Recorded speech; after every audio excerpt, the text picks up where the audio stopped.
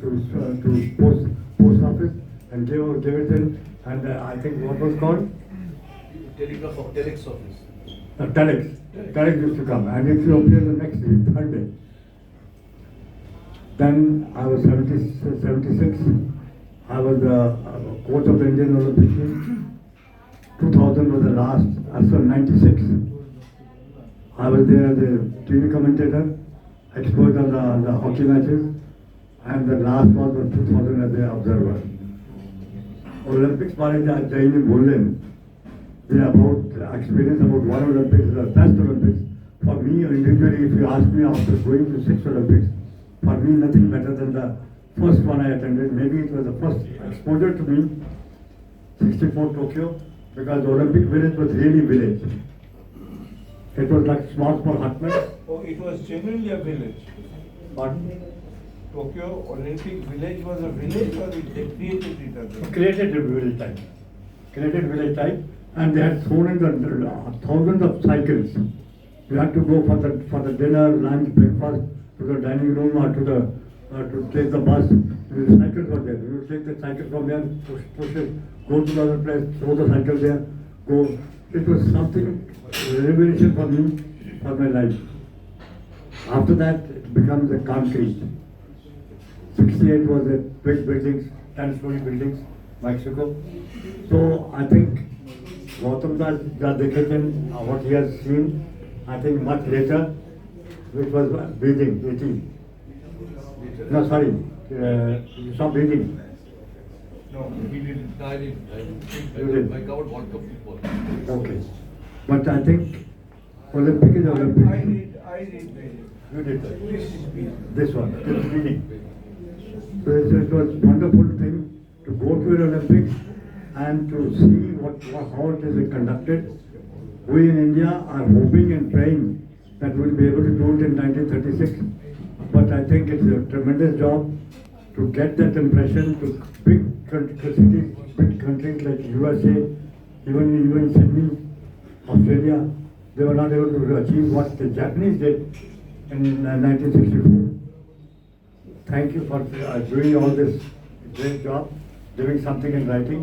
I think we couldn't do it, but I think Olympic is an Olympics, and whoever reads this book about our experience about the Olympics and how they conducted it, I think it will be a revelation for everybody. Congratulations to you for doing this. Thank you.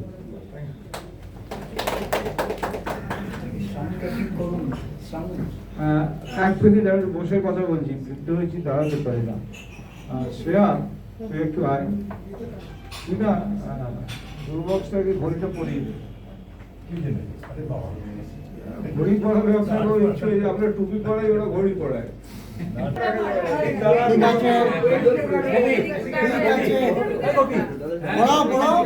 Photographer এখানটা চলে যান না।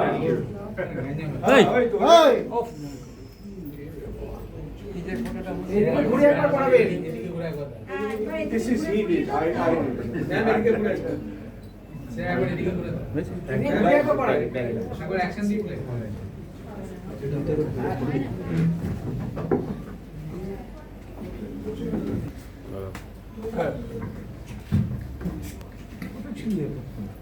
একটু মাইক্রোফোনে ইকোয়িং হচ্ছে কি? আপনারা সবাই শুনতে পাচ্ছেন ঠিক মতো? দিদিময় নিয়ে বলার সবচেয়ে ইকিউব যে মানুষটা, সে বলছে না, রিকোয়েস্ট করেছিলাম সোমা, ওর সহধর্মিনী। সোমা 1, 2, 3, 4 নম্বরে আমি। সেখানে যাবে বাড়ি ঘর ধরে টান দেবে। That is a problem. আমাদের মধ্যে, আমার জীবনে ও একই। আমাদের মধ্যে এমন একজন মানুষ বসে আছেন যার একটা গোল্ড মেডেল আছে অলিম্পিকে, একটা হাততালি দেন।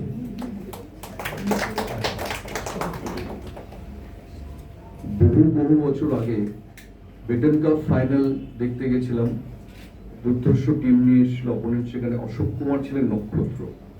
Mohun Bagan versus the rest of India. ওই ম্যাচে তখন প্রায় খেলা ছেড়ে দেওয়ার মুখে গুরবক্স সিং, সম্ভবত 72 সালে, অশোক কুমারকে বল ধরতে দেন। মোহনবাগানে খেলছিলেন কুক্কুওয়ালিয়াকে মনে হয়েছিল অশোক কুমার, আর অশোক কুমারকে মনে হয়েছিল কেউ নয়, only because of Gurbax Singh. এই ভদ্রলোক বছরের পর বছর, আমি বলবো যে সেই অর্থে কলকাতা ক্রীড়া জগৎ ওকে সেভাবে আমি বলবো আরো অনেক হাইলাইট করা উচিত ছিল গুরবাক্সজিকে, কিন্তু উনি ওনার যে কন্ট্রিবিউশন জাস্ট রিমার্কেবল। এবং আমি বলবো যে এখনো 88-89 বছর বয়সে যেভাবে উনি এখনো চালিয়ে যাচ্ছেন, I think is the Dev Anand of Indian hockey. Gurbax Singh, আপনি আসার জন্য আপনাকে অনেক ধন্যবাদ। শ্রেণিক শেঠ আমার পাশে বসে আছেন। শ্রেণিকদা আমাদের বলতে গেলে আমাদের প্রফেশনে একজন গেম চেঞ্জার। আমাদের প্রফেশনটা আমি বরাবর দেখেছি যে লোকে গিয়ে প্রায় লিটারেলি যেন মনে হচ্ছে তারা কোনো রকম এসছে জীর্ণ শীর্ণ একটা সেলিব্রিটির একটা দয়ার অপেক্ষায়। শ্রেণিক শেঠ প্রথম চোখে চোখ রেখে সেলিব্রিটি, ইন্টারন্যাশনাল সেলিব্রিটিদের সঙ্গে কথা বলে। বিব্রিটাসকে 83 হারের পরে বলে আমার ঘরে আসবে। আমার মনে হচ্ছিল একটা প্রফেশনাল ইমেজ ঠিক করার জন্য, বাড়ানোর জন্য। এবং শ্রেণিক শেঠ, কিশোর বিমানী এরা ছিলেন যারা স্পোর্টস জার্নালিজমের গ্ল্যামার এবং স্ট্যান্ডিংটা স্পোর্টস জার্নালিজমের এমন একটা জায়গায় রেখেছিলেন যাতে পরের জেনারেশনের সাংবাদিকদের হীনমন্যতায় ভুগতে হয়নি। শ্রেণিক শেঠ দুর্ধর্ষ ছবি তুলতেন এবং উনি আমার জীবনে একটা খুব বড় সর্বনাশের জন্য দায়ী। আমি প্রকাশ্যে বলছি, উনি সুনীল গাভাস্করকে আমি আসার আগেই আজকালে ছিনিয়ে নিয়ে চলে গেছিলেন এবং আজও তার যন্ত্রণা ভোগ করছি, কারণ উনি এত ক্লোজ ছিলেন গাভাস্করের জন্য। আজকালে নিয়ে চলে যান গাভাস্করকে, আজও গাভাস্কর আজকালের সঙ্গে যুক্ত। এবং এখনো 83 টিমের যে কোনো কারোর সঙ্গে যদি কথা বলেন, আমি যখনই কাউকে কলকাতায় আনার চেষ্টা করেছি, কথা বলেছি, তখনই সে বলেছে ঠিক আছে তাহলে। শ্রেণিকও বলছিল একটা ইভেন্ট আছে, 83 টিমের একটা হোয়াটসঅ্যাপ গ্রুপ আছে যেখানে প্রতিদিন ওরা ইনফরমেশন চালাচালি করেন।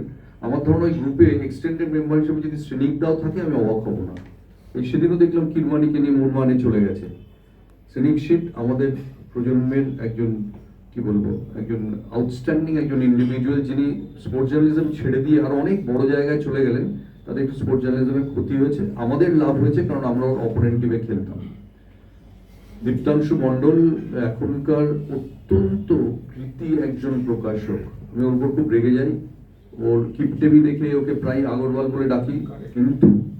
কিন্তু আমি বলবো যে এই ছেলেটার যে নিজের ব্যবসা প্রকাশনকে বাড়ানোর জন্য যে খিদে এবং যে দৌড় আমি গত 6-7 বছর দেখেছি, সেটা তুলনাহীন। দিনের যে কোনো সময়ে 24 ঘন্টা ও কিন্তু প্রকাশনটাকে ভালো করার দৌড়ে রয়েছে। এর জন্য কিন্তু আমি সত্যি ও আমার রেসপেক্টের প্রাপ্য, কারণ দিনের যে কোনো সময় সকাল 9টা রাত্রির 11টা যখনই ফোন করেছে সবসময় কিন্তু কাজের মধ্যে থাকে। এটা ওর হয়ে যারা লিখে তাদের কাছে একটা বড় পাওনা। এবার প্রীতিময় অলিম্পিকের উপর বই লিখেছে। প্রীতিময় নিজেই একটা অলিম্পিক, কারণ মাল্টি স্পোর্টস এত কিছু প্রীতিময় করতে পারে। আবার বলছি সোমাকে খুঁজে পাচ্ছিলাম, কিন্তু সোমা আমার ধারণা এগ্রি করতো।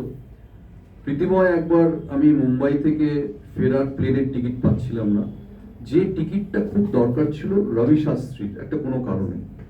রবি শাস্ত্রী যেটা এয়ারওয়েজে ফোন করলেন, টিকিট হলো না। অঞ্জন চ্যাটার্জি মেনল্যান্ড চায়না কর্ণধার, বম্বেতে এত কন্ট্যাক্টস আছে, উনি ফোন করলেন, হলো না। আমি প্রীতিময়কে ফোন করলাম, যেরকম একটা ব্যাপার, ফিরতে হবে, পাচ্ছি না। প্রীতিময় একটা ফোন করলো, জেট এয়ারওয়েজ টিকিট। আমি আজও আমার কাছে ঘোর কাটেনি ও কাকে ফোন করেছিল যে এত সব লোককে রিফিউজ করে ওকে টিকিট করে দিয়েছিল। সাউথ আফ্রিকাতে আমার হঠাৎ করে ফিরতে হবে, বাবা মারা গেছেন, কিভাবে ফিরবো, টিকিটের ব্যবস্থা কি হবে, অভিভাবক কি হবে, প্রীতিময় জোগাড় করে দিল। আমার চেনা 3জন ক্যান্সার রোগীরা আক্রান্ত, খুব খারাপ স্টেজে। আমরা অনেকেই তাদের কাছে গেছি, পাশে দাঁড়িয়েছি, কিন্তু শেষ অবধি থাকিনি। ওই মিঠুন চক্রবর্তী একটা কথা বলেন যে চ্যারিটি মানে চ্যারিটিতে টাকা দেওয়া নয়, চ্যারিটি মানে চ্যারিটিতে টাকা দিয়ে লাস্ট অব্দি ওয়েট করা, টাকাটা ঠিক মতো খরচ হচ্ছে কিনা, চ্যারিটিটা ঠিক মতো চলছে কিনা। প্রীতিময় সেই ক্যান্সার রোগীদের পাশে দাঁড়িয়েছে এবং তার জন্য আমার খুব শ্রদ্ধার পাত্র, কারণ দিন শেষ অব্দি ওই ফাইটটাতে 3জন খুব সমাজের খুব ইম্পর্টেন্ট মানুষ তাদের সঙ্গে ছিল। এবং এছাড়াও বিভিন্ন যেসব কোনো একটা রাজনৈতিক যোগাযোগের দরকার হয়েছে, নিয়ে চলে গেছে। একদিন সুভাষ চক্রবর্তী বাড়ি নিয়ে চলে গেছে। প্রীতিময়ের কোনো ব্যাকরণ নেই, প্রীতিময়টাই ব্যাকরণ। এবং আমার মনে হয় যে যদি কোনোদিন প্রীতিময়ের ওপর কেউ বই লেখে বা বায়োপিক করে, আমি কিন্তু সেটাই অলিম্পিকের বইয়ের চেয়ে অনেক বেশি আগ্রহ নিয়ে পড়বো। আর ও বললো যে ওর খুব ইচ্ছে ছিল যে স্পোর্টস জার্নালিস্ট হতে পারেনি, দুঃখ পেয়েছে।